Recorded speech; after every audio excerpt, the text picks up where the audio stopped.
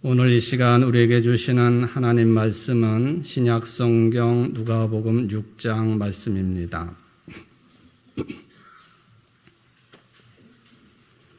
누가복음 6장 17절부터 26절까지 말씀을 봉독해 드리겠습니다. 예수께서 그들과 함께 내려오사 평지에 서시니 그 제자의 많은 무리와 예수의 말씀도 듣고 병 고침을 받으려고 유대 사방과 예루살렘과 두로와 시돈의 해안으로부터 온 많은 백성도 있더라. 들어온 귀신에게 고난받는 자들도 고침을 받은지라. 온 무리가 예수를 만지려고 힘쓰니 이는 능력이 예수께로부터 나와서 모든 사람을 낫게 함이로라. 예수께서 눈을 들어 제자들을 보시고 이르시되 너희 가난한 자는 복이 있나니 하나님의 나라가 너희 것임이요 지금 줄인 자는 복이 있나니 너희가 배부름을 얻을 것임이요 지금 우는 자는 복이 있나니 너희가 웃을 것임이요 인자로 말미암아 사람들이 너희를 미워하며 멀리하고 욕하고 너희 이름을 악하다 하여 버릴 때에는 너희에게 복이 있도다. 그날에 기뻐하고 뛰놀라. 하늘에서 너희 상이 큼이라. 그들의 조상들이 선지자들에게 이와 같이 하였느니라. 그러나 화 있을진저 너희 부유한 자여 너희는 너희의 위로를 이미 받았도다. 화 있을진저 너희 지금 배부른 자여 너희는 줄이리로다. 화 있을진저 너희 지금 웃는 자여 너희가 애통하며 울리로다. 모든 사람이 너희를 칭찬하면 화가 있도다. 그들의 조상들이 거짓 선지자들에게 이와 같이 하였느니라. 아멘. 이는 하나님의 말씀입니다. 오늘은 창조절 11번째 주일 예배이고 특별히 성례의 주일로 지키고 있습니다. 세례식과 견신예는 새 생명으로 거듭나는 일이요 또 성찬을 모신다고 하는 것은 예수님의 생명을 우리의 몸으로 모셔드리는 일이니 오늘 예배는 생명 충만한 예배 되는 줄 믿습니다. 하늘에서 내려주시는 영원한 생명력이 충만한 여러분들 되시기를 주의 이름으로 축원을 드립니다. 어느 스님에게 한 소년이 다가왔는데 그 스님은 그 어느 누구도 스님의 말문을 막히게 못하는 스님으로 유명한 분이었습니다. 이 똑똑한 아이가 손에 작은 새 한 마리를 쥐고 스님에게 물었습니다. 스님, 이 새는 죽은 새인가요? 살아있는 새인가요? 스님이 만약에 살아있다고 하면은 내가 목 졸라 죽여야지. 죽었다고 하면 날려보내야지. 이런 생각을 가지고 스님에게 그렇게 물어보았습니다. 스님이 웃으면서 대답을 합니다. 예.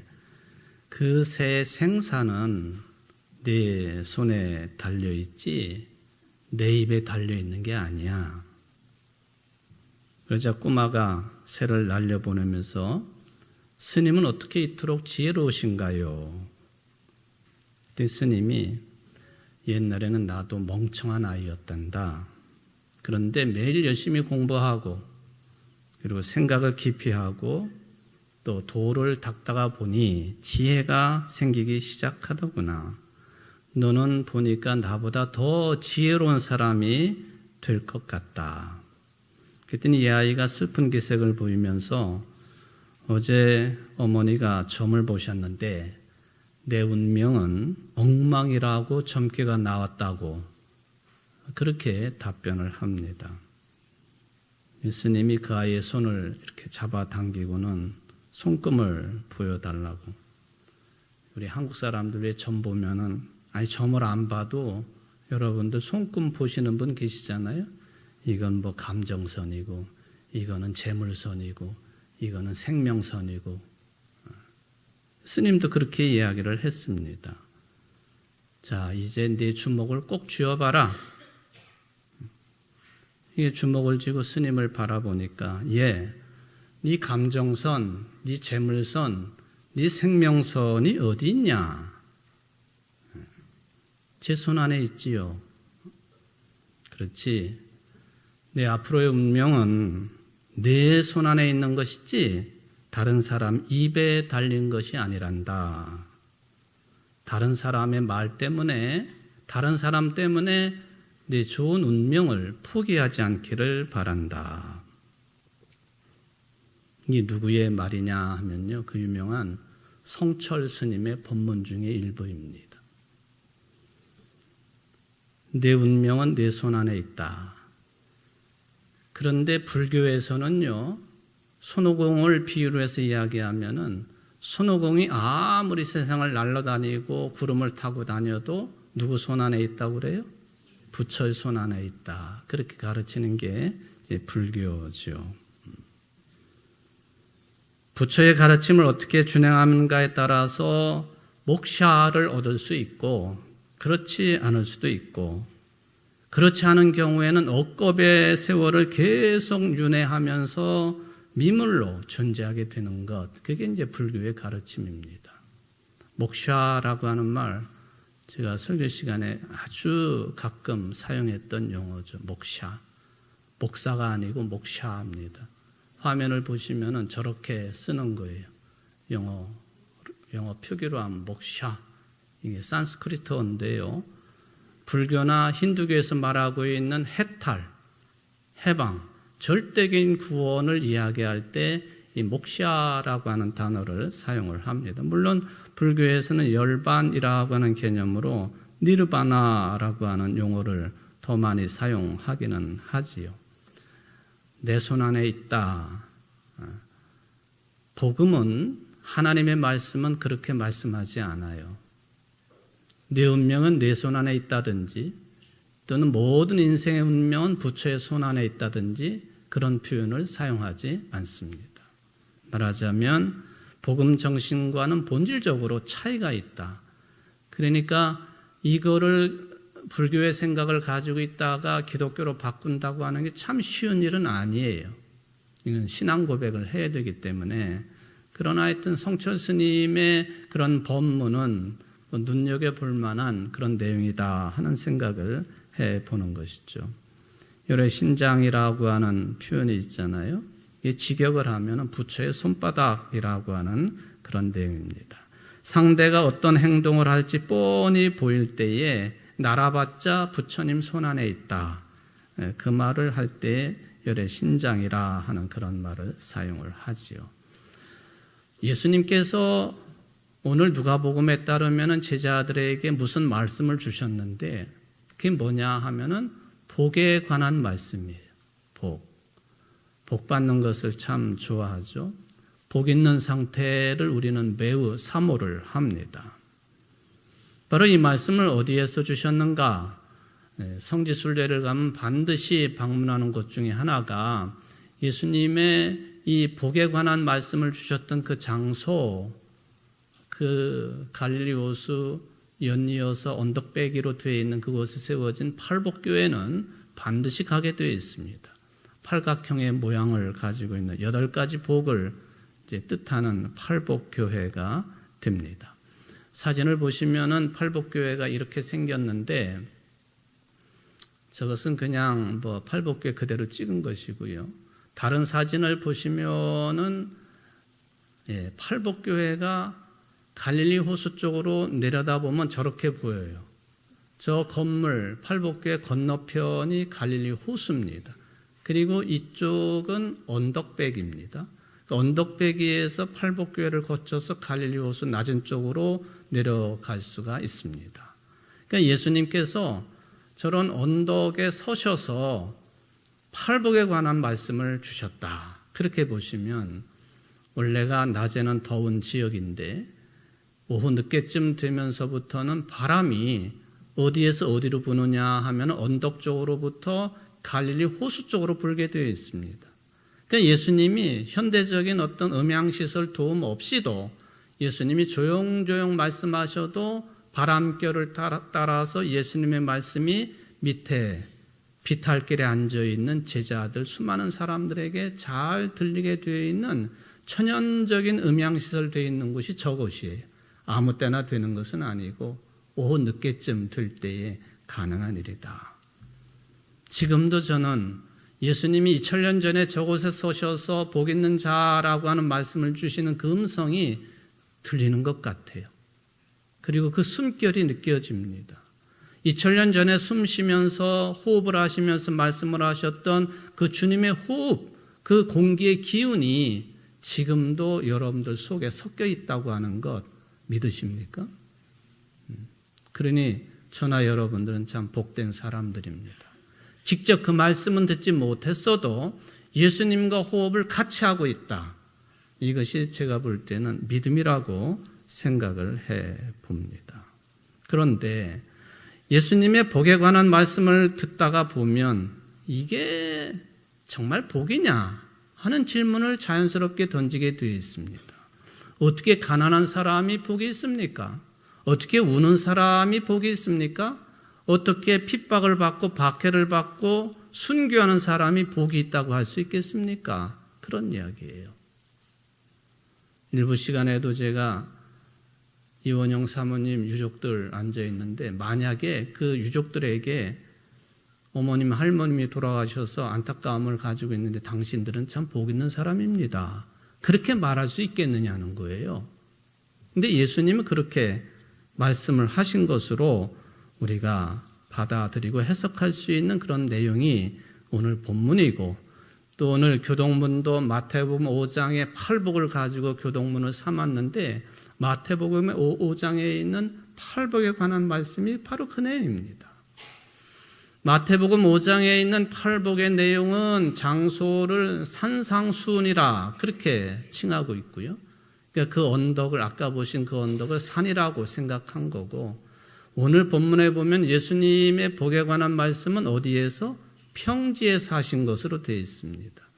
평지에서 산상에서 제가 볼 때는 예수님이 이 복에 관한 말씀을 여러 차례 하신 것으로 보여집니다. 여러 차례 말씀하신 이 복에 관한 내용들을 마태복음 기록자는 그렇게 받아들인 것이고 누가복음의 기록자는 또 이렇게 받아들여서 산상수훈이라고 또는 평지 설교라고 표현한 것이 아닌가 그렇게 보여집니다. 어쨌든 표현이 다르고 형식이 다르지만은 조금씩 다르긴 해도 복에 관한 내용은 똑같습니다. 그래서 우리가 큰 혼란을 겪지 않고도 이 말씀들을 이제 생각해 볼 수가 있는 것이죠. 자, 복이라고 하는 그런 용어를 예수님이 말씀하셨는데 원래가 예수님이 사용하신 언어는 히브리어든지 아니면은 아람어가 섞여 있는 히브리어든지 그 말씀을 하셨을 겁니다. 그런데 예수님의 그 언어들을 신약 성경을 기록하면서 모두 다가 그리스어, 히라보로 기록을 해 놓은 거예요. 그러면 예수님이 복이라고 하는 용어를 사용하셨는데 히라보 단어로는 어떤 단어를 채택을 했느냐? 한번 화면 보시면은 이 단어를 채택을 했습니다. 이게 행복 또는 복이라고 번역이 되는 그리스어 히라보입니다. 같이 한번 읽어볼까요? 시작. 네. 영어 표기 또 밑에는 히라보 표기입니다. 마카리오스. 그러니까 예수님이 복이 있는 자다라고 할 때 사용한 그 히라보 단어가 마카리오스. 그런데 이 마카리오스를 히라보 문헌에서 히람말 문헌에서 제일 먼저 사용한 서사시가 있으니 그게 호메로스라고 하는 사람이 기록해 놓은 서사시인 그 유명한 일리어드 오디세이라고 하는 그 내용 속에서 이 마카리오스라고 하는 복이라고 하는 개념이 처음 등장합니다. 예수님 훨씬 이전 시절이지요. 주전 8세기 경에 기록된 또는 구전으로 내려왔던 내용들이니까 예수님보다도 훨씬 800여 년 전쯤에 예를 들면 이사야 선지자가 활동할 그쯤 기록된 서사시 여기에 마카리오스, 복이라고 하는 개념이 처음으로 등장을 했습니다. 그럼 그때의 이 마카리오스는 어떤 개념으로 사용을 했느냐? 신과 같은 그런 개념으로 사용이 되었습니다. 그러므로 행복하다, 복이 있다라고 하는 개념은 신과 같은 존재가 된다 또는 신과 같은 그런 상황 속에서 생활한다. 그런 개념이 되지 않겠습니까? 왜 그거를 복이라고 했을까요? 여러분들 우리 인간들의 삶이라고 하는 것은 언제나 고통과 불행과 사고와 사건과 전쟁과 가난과 전염병과 아픔과 결국에는 육체적인 죽음을 맞이해야 되는 존재 아닙니까? 근데 신들은 그런 게 없다.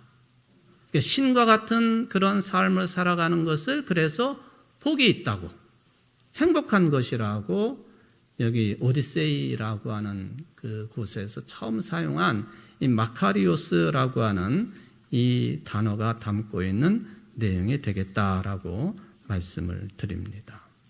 그러니까 마태복음 5장에 나오고 있는 팔복 중에 be happy 또는 행복하여라 라고 하는 이 표현 자체가 헬라어로는 마카리오스라, 신과 같은 상황이 되는 것, 고통이 없는 상황, 애달픔이 없는 상황, 가난이 없는 상황, 배고픔이 없는 상황, 싸움이 없는 것, 이런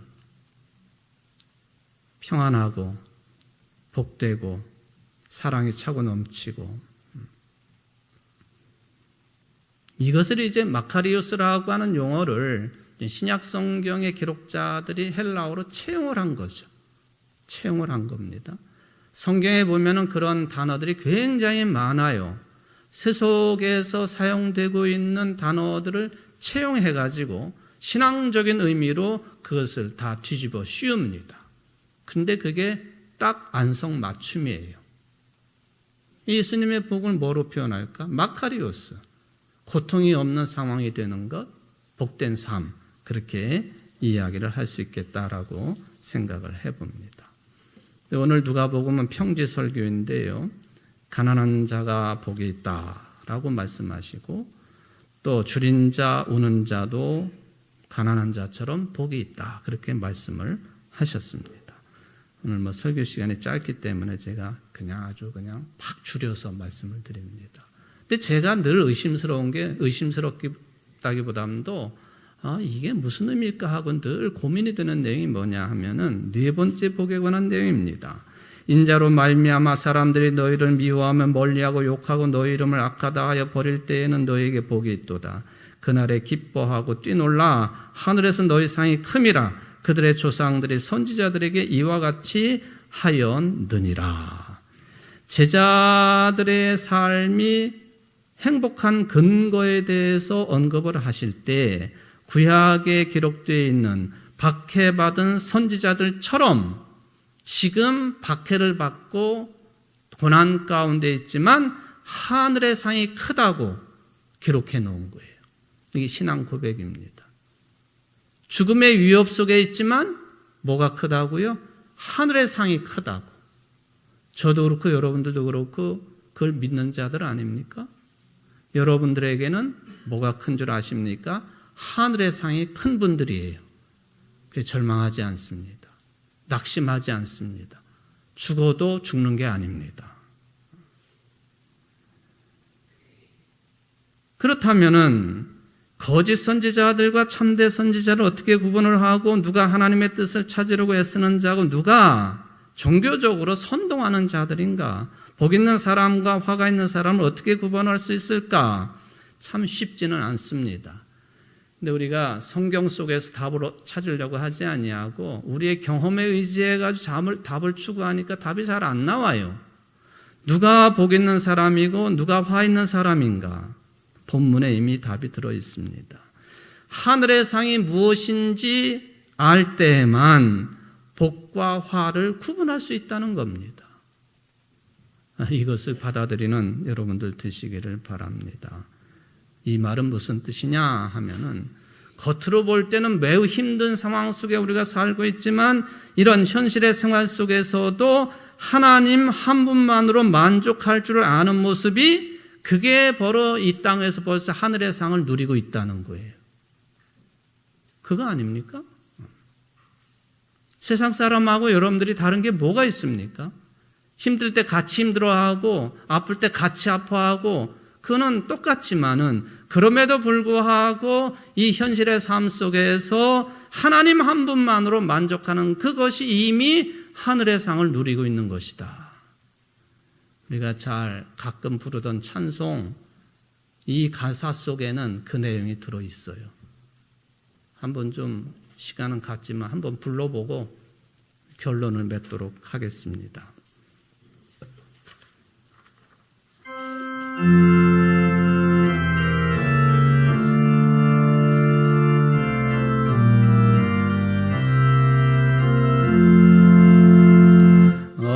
아무것도 너를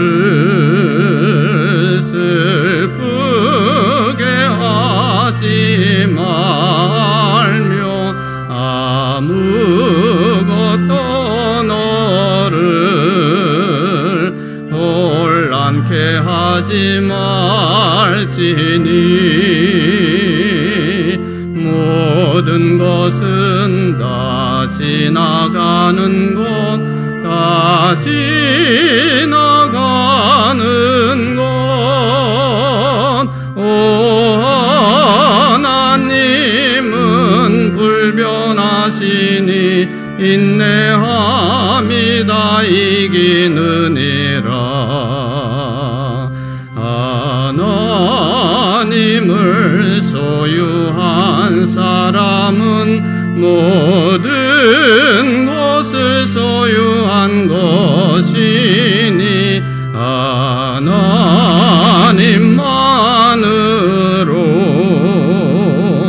만족하도다.